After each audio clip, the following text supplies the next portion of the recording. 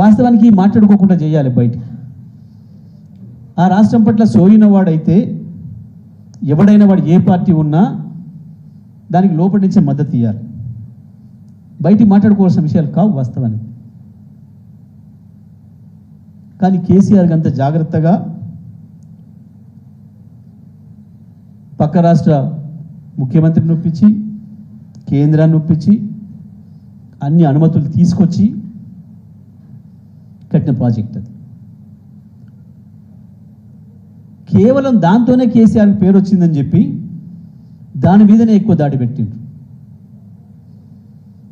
వాస్తవానికి గత 200 సంవత్సరాల చరిత్రలో రికార్డులో ఎప్పుడు రానంత వరద మొన్న 2022-23లో వచ్చింది. 38 లక్షల క్యూసెక్కులు ఒకటేసారి వచ్చింది వరద. ఆ వరద ఒత్తిడిలో అది కింద నుంచి వెళ్ళి కొంచెం కుంగింది.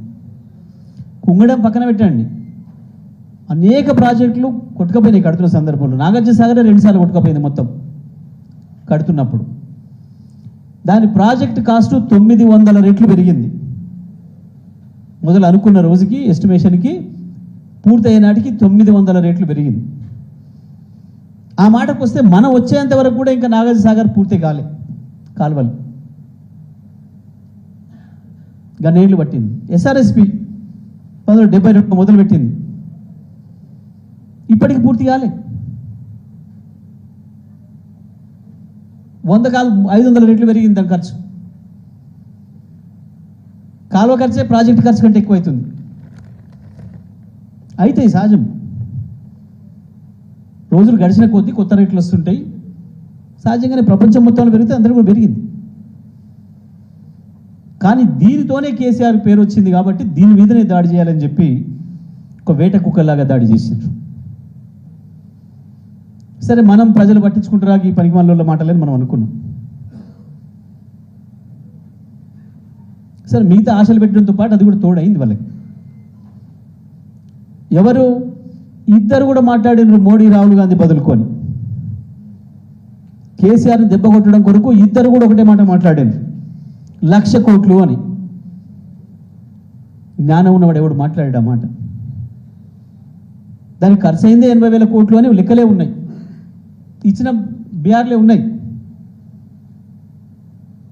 కానీ ప్రధానమంత్రి స్థాయిలో ఉండి మోడీ కావచ్చు, దేశంలో ప్రతిపక్ష స్థానంలో ఉన్న పార్టీ అధ్యక్షుడిగా ఉన్న రాహుల్ కావచ్చు, దేనికి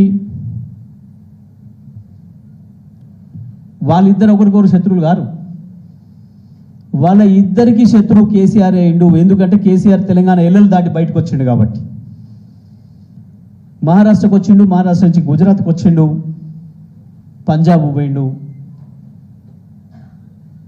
కేసీఆర్ పోవడం కాదు, కేసీఆర్ అభివృద్ధి కార్యక్రమాలు పోయినాయి, కేసీఆర్ సంక్షేమ కార్యక్రమాలు పోయినాయి. కేసీఆర్ పేరు గుజరాత్ రైతుల నోళ్లలో నానడం మొదలైంది.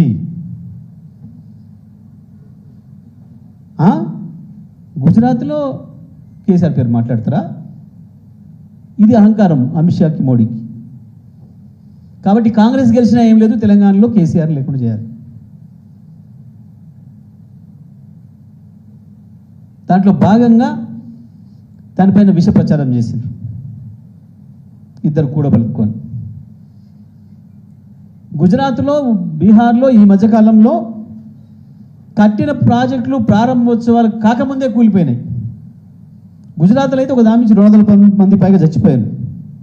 200 కదా, 200 చిల్లరను 156 మంది వీళ్ళు కొత్తగా కట్టి ప్రారంభోత్సవానికి పోయిన ప్రాజెక్ట్ పడి చచ్చిపోయారు. కూలిపోయింది మొత్తం, అది కొట్టుకపోయి. అడ్రస్ కూడా లేదు ఇప్పుడు. దాని మీదకి NDSA లేదు, విచారణ లేదు, కమిషన్ లేదు. అట్లా ఇక బీహార్లో అయితే లెక్కకు మించి. పోలవరం కాపర్ డ్యామ్ మొత్తం పోయింది. చంద్రబాబు పీరియడ్లో ఆడ ఆంధ్రప్రదేశ్లో 2-3 ప్రాజెక్టులు కొట్టుకుపోయినాయి. ప్రతి ప్రాజెక్టు కడుతున్న సందర్భంలో వరదలు వస్తాయి కాబట్టి పోతుంది. కట్టేదే నీళ్ళ ప్రాజెక్ట్ అంటే. పూర్తి కాకముందు వరద పెద్దగా వచ్చినప్పుడు సహజంగా డ్యామేజ్ జరుగుతుంది. అక్కడికి మనం గంత పెద్ద వరదలు వచ్చి జీవనదిగా ఉన్న గోదావరి పైన అతి తక్కువ లాస్తో కట్టిన ప్రాజెక్టు.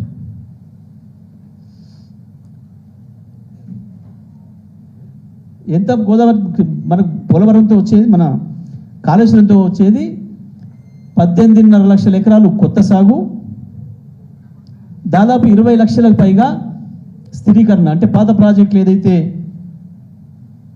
కట్టి దాని కింద నీళ్లు సరిగా అందకుంటున్నాయో వాటన్నిటిని నింపడానికి వీళ్ళందరూ ఏడిపోయిందంటే ప్రపంచంలోనే ఇప్పటి వరకు ఎవరు చేయని ఒక అద్భుతమైన ఇంజనీరింగ్ మెస్మరిజాన్ని కేసీఆర్ చేసిండు. నదిని రివర్స్ తీసుకుపోయాడు, గోదావరి కిందికి వచ్చే గోదావరిని రివర్స్ తీసుకుపోయాడు పైకి. ఎస్ఆర్ఎస్పిలో ఓవర్ఫ్లో అయిన నీళ్లు కిందికి కాళేశ్వరానికి రావాలి, కానీ అవసరమైనప్పుడు కాళేశ్వరం నీళ్లు కూడా తీసుకుపోయి ఎస్ఆర్ఎస్పిలో పోయటానికి ప్లాన్ చేసిండు, పోయించిండు సక్సెస్ఫుల్గా.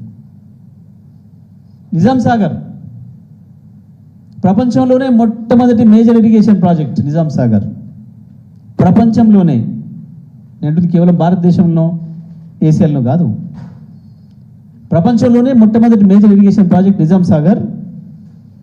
అది కూడా మా పైన మహారాష్ట్ర కర్ణాటకలలో అనేక ప్రాజెక్టులు కట్టి నీళ్లు రాకుండా అవుతున్నాయి కాబట్టి దాన్ని కూడా దీంతోనే నింపడానికి పైకి తీసుకుపోయాడు నీళ్లు.